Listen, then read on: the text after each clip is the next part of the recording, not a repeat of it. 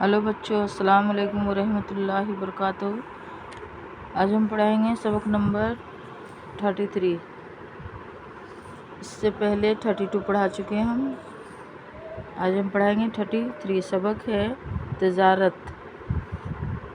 چلیے پڑھتے ہیں۔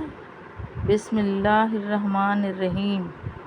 ہر آدمی کوئی کام یا پیشہ کرتا ہے اور اپنی محنت کی پیداوار یا اپنی کمائی کو دوسرے پیشے والوں سے ضروریات کے وقت بدل لیتا ہے۔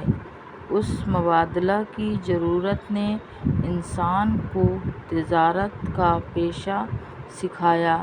ایک گروہ نے یہ کام اختیار کر لیا کہ وہ ہر ایک کاریگر اور پیشے ور کا مال مول لیتا اور دوسرے کے ہاتھ بیچتا ہے۔ اس کو بیپار یا سوداگری یا تجارت کہتے ہیں۔ بعض چیزیں ایسی ہیں کہ وہ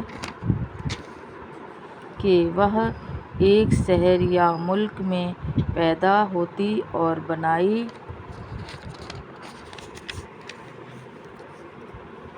بنائی جاتی ہے، دوسرے شہروں اور ملکوں میں جا کر بکتی ہے کیونکہ وہاں ان کی خواہش زیادہ ہے۔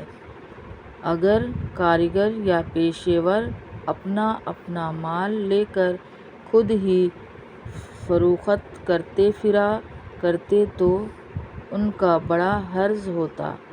جب بیچنے کے لیے ان کو سفر کرنا پڑتا تو کچھ عرصہ تک ضرور ان کا کام بند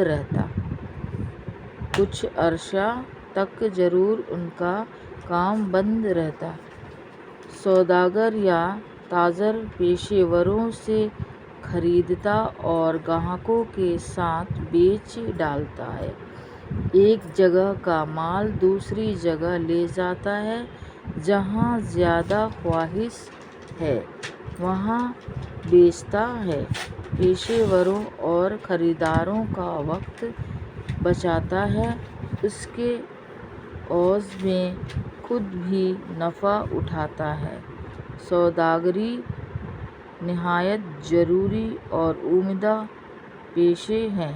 جس قدر تجارت بڑھتی جاتی ہے اسی قدر زراعت اور پیشے کو رونق ہے۔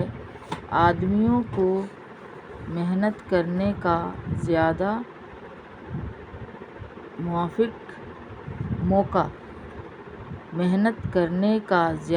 موقع ملتا ہے، ان کی کمائی اور دولت ترقی پاتی ہے۔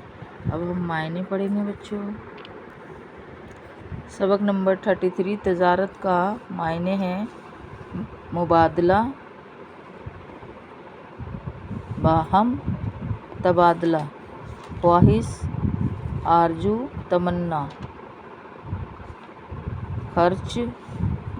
حرج، نقصان، خریدار، گاہک، پیشے ور، کام کرنے والا، تاجر، فروخت، بیچنا، زراعت، کاریگری، حوض، بدلے۔ اللہ حافظ بچوں۔